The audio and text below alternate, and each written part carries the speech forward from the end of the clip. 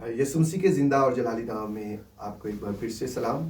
آپ کو بھی سلام. عزیزو، آج ہم ایک نئے موضوع پر بات کریں گے، اور جس موضوع پر آج ہم بات کرنے والے ہیں یہ بڑا ہی ایک خاص موضوع ہے. اور اس وقت دنیا جد و جہد میں ہے. دنیا اس بات کو سیکھنے کے لیے یا جاننے کے لیے اپنے آپ کو پیش کرتی ہے یا وہ سیکھنا چاہتی ہے. تو آج ہم بات کریں گے ایک بار پھر سے آخری وقت کے حوالہ سے کہ بائبل مقدس آخری وقت کے حوالہ سے کیا بتاتی ہے یا آخری وقت کو کس طرح بیان کرتی ہے. تو یہ متی کی انجیل اس کے 24 باب کے اندر لکھا ہوا ہے اور ہم اس کو جان سکتے ہیں. تو آج پھر ایک بار ہمارے ساتھ بھائی سلاس ہیں. خدا کا شکر ہے کہ ہم جو ہے وہ اس موضوع کو لے کر بات کرنے جا رہے ہیں. تو سلاس بھائی، آپ اس موضوع کے بارے میں کیا کہنا چاہتے ہیں یا کیا کہیں گے؟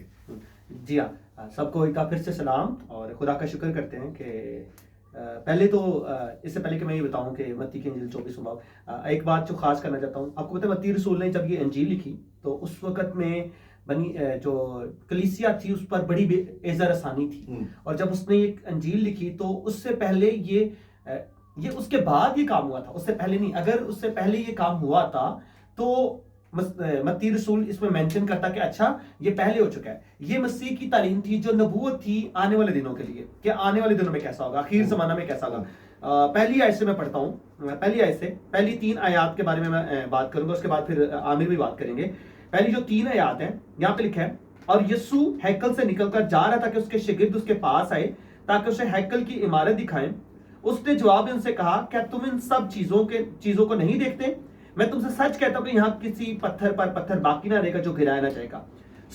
اب شاگرد جو تھے یسوع مسیح کو ہیکل دکھا رہے تھے، اور وہ ہیکل جو تھی جب بنائی جا رہی تھی، تقریباً بتایا جاتا ہے کہ تاریخ یہ بتاتی ہے کہ ہیرودیس جو تھا وہ ایک بہترین آرکیٹیکچر تھا، اور اس نے یہودیوں کو کہا تھا کہ مجھے دو اجازت اور میں آپ کی ہیکل کو بنا دیتا ہوں. وہ ہیکل جو بابل کے بادشاہ یعنی نبوکدنصر نے کیا تھا، اس کو تباہ کر دیا تھا. سونا چاندی لے گئے تھے، فصیل ٹوٹی ہوئی تھی، پھاٹک جلا دیے گئے تھے. اس وقت میں زربابل نے، یشوا نے اور زکریا نے، اس زکریا کی کتاب جب آپ پڑھیں گے تو وہاں پہ زربابل یشوا کا ذکر آپ کو ملے گا. عزرا، نہمیہ اس ہیکل کو دوبارہ سے ریفربش کرتے ہیں، دوبارہ سے اس کو ریفربش کرتے ہیں، موڈیفائی کرتے ہیں. لیکن کیونکہ وہ ہیکل جو سلیمان نے بنائی تھی وہ ایک سکیئر کی صورت میں تھی، ایک مربع کی صورت میں تھی.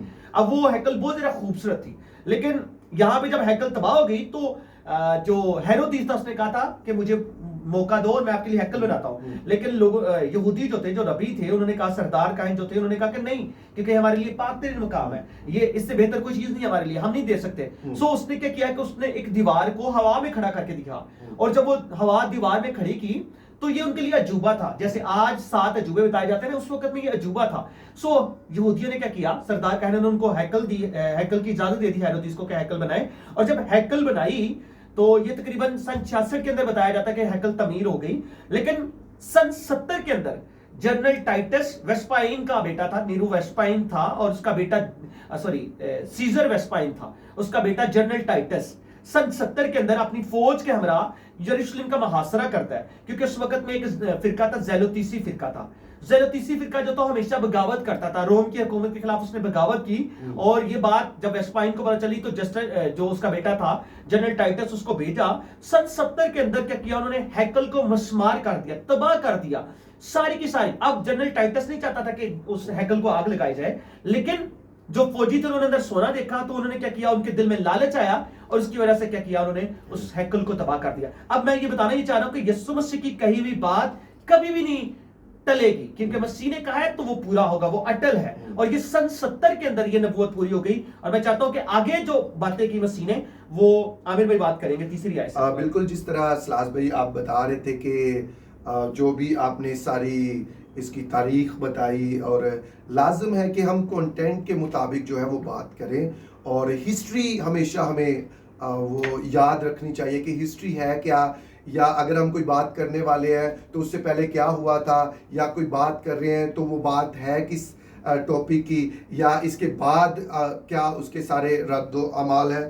تو یہ بہت ضروری ہے، اور آپ نے بڑا اچھا جو ہے اس کو بیان کیا. تو آگے جب ہم اس کی تیسری آیت کو پڑھتے ہیں تو یہاں پر لکھا ہے، اور جب وہ زیتون کے پہاڑ پر بیٹھا تھا تو اس کے شاگردوں نے الگ اس کے پاس آ کر کہا ہم کو بتا کہ یہ باتیں کب ہوں گی اور تیرے آنے اور دنیا کے آخر ہونے کا نشان کیا ہوگا. تو یسوع مسیح جب ایک پہاڑ پر بیٹھے ہوئے تھے, وہ زیتون کا پہاڑ تھا, تو اس کے ہمواری, اس کے شاگرد جو ہے اس کے پاس, اس کے چیلے جو ہے وہ اس کے پاس جب آئے اور انہوں نے سوال کیا, اے آقا, اے مالک, ہمیں بتا تیرے آنے اور دنیا کے آخر ہونے کے نشانات کیا ہوں گے. تو جب ہم اس کو چوتھی آیت میں پڑھتے ہیں تو یہاں پر لکھا ہے یسوع نے جواب میں ان سے کہا. اس کا مطلب یسوع مسیح سب جانتے تھے. یسوع مسیح پہلے وقت کو بھی جانتے ہیں, یسوع مسیح پریزنٹ کو بھی جانتے اور یسوع مسیح فیوچر کو بھی جانتے ہیں. اسی لیے یسوع مسیح نے انہیں کہا, یسوع نے جواب میں ان سے کہا کہ خبردار کوئی تم کو گمراہ نہ کر دے, کیونکہ بتیرے میرے نام سے آئیں گے اور کہیں گے میں مسیح ہوں, اور بہت سے لوگوں کو گمراہ کریں گے اور تم لڑائیاں اور لڑائیوں کی افواہ سنو گے. تو اس طرح جو کلام مقدس آج سے کئی سال پہلے لکھا ہوا ہے آج پورا ہوتا ہوا ہمیں نظر آتا ہے. سلاس بھائی, ہم دیکھتے ہیں کہ بہت سارے جھوٹے نبی بھی ہیں, بہت سارے ایسے گواہ ہیں جو کہتے ہیں کہ ہم مسیح کے ہیں یا ہم مسیح ہیں. بہت سارے ایسے لوگ بھی ہیں جنہوں نے یہ دعویٰ کیا کہ آئی ایم اے جیسس, کہ میں مسیحی ہوں. اور آپ یہاں پہ ایک بات کرنا چاہتا ہوں. جی تقریباً 113 ایسے لوگ ہیں دنیا کے اندر جنہوں نے یہ کہہ دیا کہ میں مسیح ہوں. بالکل ایسا ہی ہے. بہت سارے ایسے لوگوں نے یہ دعویٰ کیا کہ میں مسیح ہوں یا میں وہ گواہ ہوں جو آنے والا تھا اور میں آ گیا ہوں. تو آگے بھی ہم دیکھتے ہیں کہ تم لڑائیاں اور لڑائیوں کی افواہ سنو گے. ہم دیکھتے ہیں کہ کس طرح دنیا کے اندر لڑائیاں اور لڑائیوں کی افواہیں ہیں اور یہ ساری چیزیں ہو رہی ہیں. تو میں چاہتا ہوں کہ آپ بھی ساتھ ساتھ جو ہے نا وہ آگے بتائیں. جی, یہ دیکھیں یہاں پہ لکھا ہے کہ تم لڑائیاں اور لڑائیوں کی افواہ سنو گے. پچھلے دنوں نا ہم نے ایک نیوز سنی تھی کہ چائنا اور انڈیا کی جنگ ہونے والی ہے. یہ افواہ ہے, یہ رومرز ہے جو ہمیں سنائی دے رہی ہے. اس سے آگے لکھا ہے کیونکہ ان باتوں کا واقعہ ہونا ضرور ہے لیکن اس وقت خاتمہ نہ کا. دیکھیں یہ ساری باتیں ضرور ہوں گی لیکن خاتمہ نہیں ہوگا. اگر آپ کہیں کہ پیس آ جائے تو ایسا نہیں ہوگا, کیونکہ مسیح نے پہلے سے یہ بات کر دی تھی کہ جنگیں ہوں گی, لڑائیاں ہوں گی, لڑائیاں کے افواہ سنو گے. سو اگر آپ کہیں کہ یہ سب ہو تو میں آخر میں اس ویڈیو کے آخر میں ایک بات بتاؤں گا آپ کو. اگر آپ ایسا کہتے ہیں کہ ابھی سلامتی آ جائے, دنیا میں امن آ جائے, سارا کچھ ہو جائے, ہاں بالکل ابھی امن ہوگا, جو جنگیں چل رہی ہیں امن ہوگا, لیکن اگر آپ چاہتے ہیں کہ دنیا کے اندر رہے تو اس کا مطلب ہے کہ میرا اور آپ کا دل دنیا میں لگا ہے مسیح کی دوسری آمد کے لیے, نہیں آمد ثانی کے لیے اپنے آپ کو تیار نہیں کر پا رہے. جی آگے کیونکہ آگے لکھا ہوا ہے کیونکہ قوم پر قوم اور سلطنت پر سلطنت چڑھائی کرے گی اور جگہ جگہ کال پڑیں گے اور بھونچال آئیں گے. اور یہ سب بھی آپ دیکھ سکتے ہیں کہ قوم پر قوم اور سلطنت پر سلطنت چڑھائی کر رہی ہیں. یہ کوئی ایسے ہی نہیں ہو رہا, یہ پری پلان ہے اور یہ پہلے سے اس کی پیشن گوئیاں کی ہوئی ہے اور وہ یسوع مسیح نے خود اپنے منہ سے پیشن گوئیاں کی ہے. اور یہ ساری چیزیں ہم اپنی زندگیوں میں دیکھ رہے ہیں اور روزمرہ کے حالاتوں کے اندر یہ پائی جا رہی ہیں. اور آگے لکھا ہے لیکن یہ سب باتیں مصیبتوں کا شروع ہی ہوں گی. اس وقت لوگ تم کو ایذا دینے کے لیے پکڑوائیں گے اور تم کو قتل کریں گے اور میرے نام کی خاطر سب کو میں تم سے عداوت رکھیں گے. آپ دیکھ سکتے ہیں کہ کس طرف کو حالات جا رہے ہیں, لوگ کس طرح ہم سے نفرت کرتے ہیں, لوگ کس طرح ہم سے عداوت رکھتے ہیں. لیکن اگر میں اور آپ سلاس میں یہ بڑا ضروری ہے, میں اور آپ مسیح کا کام کرتے ہوئے اظہار ثانی میں سے گزرے تو یہ اس کا مطلب یہ ہے کہ ہم واقعی اظہار ثانی میں سے گزر رہے ہیں. لیکن اگر ہم اپنے مفاد کے لیے, اپنے کام کے لیے, اپنے بینیفٹس کے لیے یا اپنی غیر ضروری چیزوں میں پھنس کر اور پھر ہمیں کوئی مارے یا پھر ہم پہ کوئی اظہار ثانی کریں اور ہم کہیں یار مجھ پہ بڑے اظہار ثانی ہو رہی ہے کیونکہ میں مسیحی ہوں اور یہ, لیکن در حقیقت میں مسیح کا کام نہیں کر رہا. جو مسیح نے مجھے کام بولا ہے یا کرنے کو کہا ہے, اگر وہ کرتے ہوئے, خوشخبری سناتے ہوئے, منادی کرتے ہوئے مجھ پر اور آپ پر اگر سیاست ہوئی ہے یا اظہار ثانی ہے تو اس کا مطلب ہے یہ اظہار ثانی ہے, اس کا مطلب یہ پرسیکیوشن ہے. جی بھائی. جی سو آگے لکھا ہے, بھائی نے بات کی سلطنت پر سلطنت چڑھائی کرے گا, جگہ جگہ کال پڑیں گے. اس کے لیے میں تھوڑا سا آپ کو لیبوریٹ تھوڑا سا کرتا ہوں. وہ یہ کہ آپ نے 1757 کی جنگ, 1857 کی جنگ, 1965 کی پاکستان اور انڈیا کی جنگ, 1971 کی جنگ, اس کے اندر سلطنت پر چڑھائی کر رہی تھی. یہ کلام پورا ہو رہا ہے کیونکہ مسیح نے کہا ہے, اور جگہ جگہ کال پڑیں گے. آپ کو پتہ ہے جب ورلڈ وار 1 ہوئی, ورلڈ وار 2 ہوئی, تو اس کے بعد کیا ہوا کہ کال پڑا, ابھی بھی کال پڑتا ہے, ابھی بھی کال دنیا میں دیکھتے ہیں. زلزلہ تقریباً 2005 میں پاکستان کے اندر 8 اکتوبر 2005 غالباً یا 5 اکتوبر ہے, اس کے اندر جب 5 اکتوبر 2008 یا 8 اکتوبر 2005 کے اندر میں ایگزیکٹ ڈیٹ یاد نہیں ہے, وہاں پہ زلزلہ آیا تھا پاکستان کے اندر, بہت زیادہ نقصان ہوا تھا. 1935 کے اندر کوئٹہ کو منی لندن کہا جاتا تھا, لیکن وہاں پہ زلزلہ آیا, اس کا نقشہ ہی بدل گیا, سب تباہ ہو گیا. تو سیریا کے اندر آپ نے پچھلے دنوں میں ہمیں بھی دیکھا ہوگا زلزلہ آیا. سو یہ کلام پورا ہو رہا ہے, یہ ترکی کے اندر زلزلہ آیا, یہ کلام پورا ہو رہا ہے, خدا کا کلام اٹل ہے. میں نے کہا نا کہ مسیح کے منہ سے نکلی ہوئی بات ہر ایک بات پوری ہوگی. ہاں جی, تو جس طرح 10ویں آیت جب ہم آگے اس کو لے کر چلتے ہیں, یہاں پر لکھا ہے اور اس وقت بتھیرے ٹھوکر کھائیں گے اور ایک دوسرے کو پکڑوائیں گے.